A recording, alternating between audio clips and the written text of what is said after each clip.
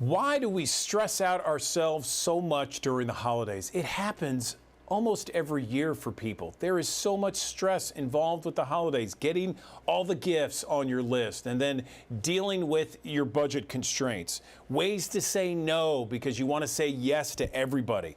Let's talk about ways to bring down that stress level this holiday season. We have Senior Director of Behavioral Health for Methodist Le Bonheur Healthcare, Dr. Laura Schultz, joining us at the digital desk. Dr. Schultz, how are you this morning? I'm wonderful. Thank you. How are you?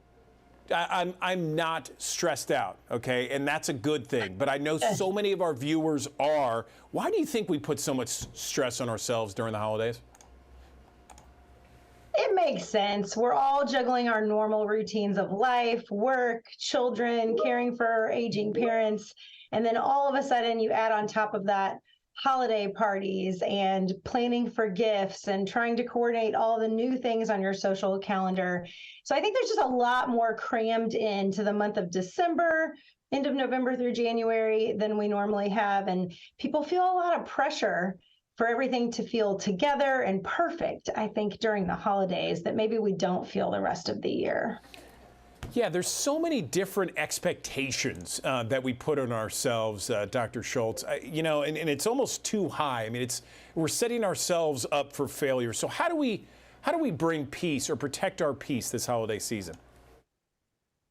I think one thing we can do is start by just letting go of that perfectionism. Perfectionism really steals our peace. So instead of focusing on the typo in your Christmas letter or the fact that you didn't get your dress perfectly ironed before you went to that Christmas party, instead focus on the good things that you did get done. You wrote the Christmas letter, you made it to the Christmas party. So I think just focusing on what you're doing well instead of maybe the things that you're missing or didn't get to, stopping comparing ourselves to others, all of those things really do steal our peace in this world where we just feel the pressure cooker of everything being so great during the holidays. You know, something I see, Dr. Schultz, is everyone wants what others are doing on social media. I mean, social media is such a detriment this time of year because you see someone going here or going there or grabbing this idea and grabbing this gift. And you think, oh, wow, I need this, this, and this. I want the same thing. And we have to tell ourselves social media is not real. It is not the real world. And you're going to be a good parent and you're going to be a good brother or son or daughter or sister. No matter what you do, you're a good person. I just feel like social media really hurts us. I agree. I think for a lot of things, for our anxiety and our stress, social media, people only portray the best of their lives on social media. They don't portray when they yelled at their kid right before they gave them that toy or when they, failed to do something great at work. They only portray when they get that promotion. And so limiting our social media, I think, especially if you're already feeling stress and pressure, just restricting that for yourself. I actually encourage people, if you feel like you can't get off of social media altogether, maybe set a timeline. Maybe just say, I'm going to look at Facebook and Instagram no more than 10 minutes a day, just so you can kind of restrict and rein that in and focus on the things that are in front of you that are real, that are most important to you. So I do think you're correct. The comparison game has really escalated, I think, since we're all on social media and seeing the not real things that people are portraying about their lives. And with phones nowadays, you can actually put limits on social media or it'll give you a time limit saying, time's up, you've spent 15 minutes online, it's time to move on to other things. I think that's a great idea. Let's talk about some other things, other pieces of advice when it comes to budget, when it comes to saying no, saying yes, that sort of thing. I think what you're describing is a concept that we call healthy boundaries. Boundaries really are kind of that metaphorical fence around our yard interpersonally or just individually. So it's where we are aware of our values and the things that are most important to us.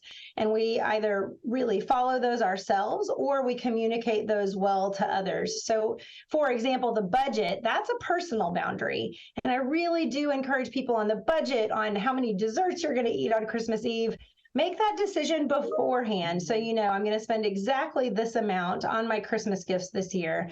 and do your best within that, and then feel good about what you've done. There's no need to stretch that budget and then experience the stress that will come after when you can't make that electric bill later in the month. So having those boundaries for yourself and maintaining those really will help promote your peace. The other thing I think is that what you're describing, some of those interpersonal boundaries. So communicating ahead of time.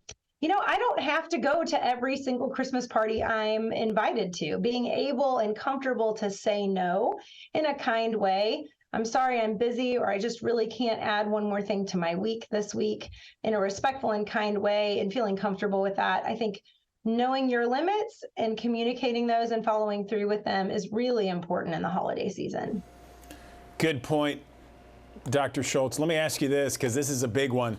In these holiday get-togethers, we see relatives we haven't seen in a long time. And invariably, there is a relative or two that we can all name in our head that likes to talk about politics or controversial topics or something that'll get people their feathers ruffled. The way I kind of process that is I go into what's called mother-in-law speak, where I'm like, oh, really? That's interesting. I hadn't thought of it that way. Oh, good to know. And just kind of blow off what they're trying to tell me. How do you handle those sensitive talks or conversations? I like your advice. I think what you're choosing to do is just not engage with the subject. And when we don't engage with the subject that's uncomfortable, inevitably, at some point, they'll stop talking about it.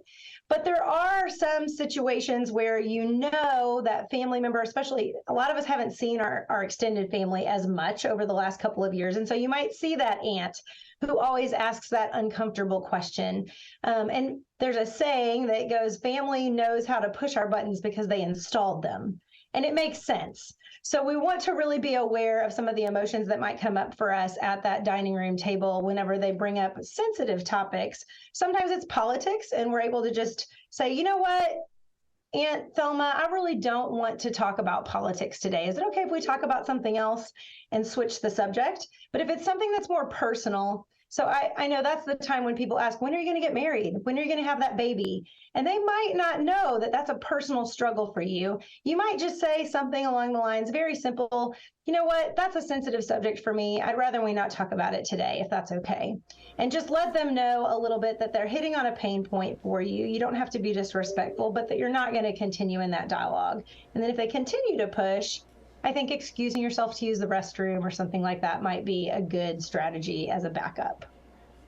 Yeah, good call on that. I like that. Anything else you want to tell people as we head into the holidays to just kind of bring down their stress levels?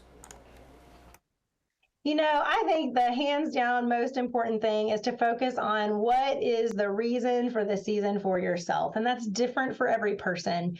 For some folks, it might be faith-based. For other folks, it's their friends or their family, or just that they really have a desire to cultivate a heart of gratitude during this holiday season. But I would ask each person to take a moment and pause and identify what is the reason for all this extra work and striving and preparation that you're doing. And then really start to tie some of the things that you're doing to that reason. Ask yourself if that extra gift or extra holiday event aligns with the part that's most important to you. If it doesn't, maybe that's a good one to cut out. Just that unnecessary, it's a tradition that might have just become a habit instead of something that's actually meaningful. And really start to tie the things that we're doing to that deeper meaning. I think that will give us that sense of peace that we're all looking for in the holiday season. Laura, I really enjoyed this conversation. Very informative, and we really appreciate it. And I know that we are helping our viewers out there just kind of have that inner peace, that calm throughout the holiday season. Really appreciate you joining us on the Digital Desk. Thanks. Thank you so much.